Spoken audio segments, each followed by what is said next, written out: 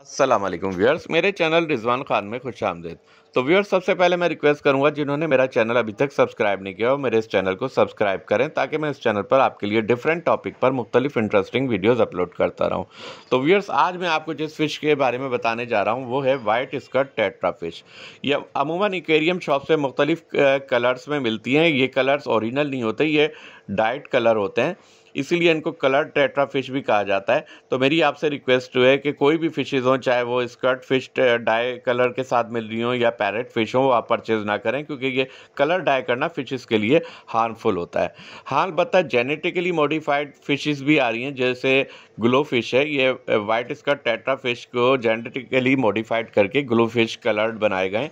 ये die colour नहीं है, ये आप परचेज़ कर लिया करें।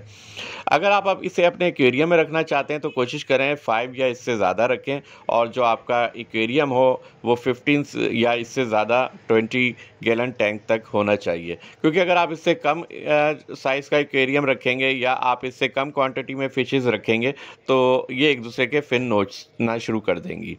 अलबत्ता ये वैसे जो है ये सूटेबल बहुत ज़्यादा है बिगनर्स के लिए, क्योंकि इनको रखना बहुत आसान है, और इसके अलावा ये कम्युनिटी टैंक के लिए भी बहुत सूटेबल है, और जो है ये प्लांटेड टैंक में भी बहुत सेट रहती है।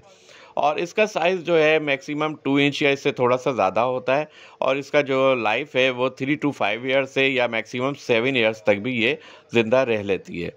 ये मिड ड्यूलर फिश है, यानी एक्वेरियम के मिड में स्विम करती रहती है, और फीमेल जो है वो साइज़ में थोड़ी सी बड़ी होती है, जबकि मेल के फिन साइज़ में बड़े होते हैं। तो उम्मीद है मेरी आज की वीडियो आपको बहुत पसंद आई होगी। अगर आपको मेरी आज की वीडियो पसंद आई हो तो बराए मेहरबानी लाइक ज़रूर करें और मेरे इस चैनल को सब्सक्राइब करें। Thank you very much.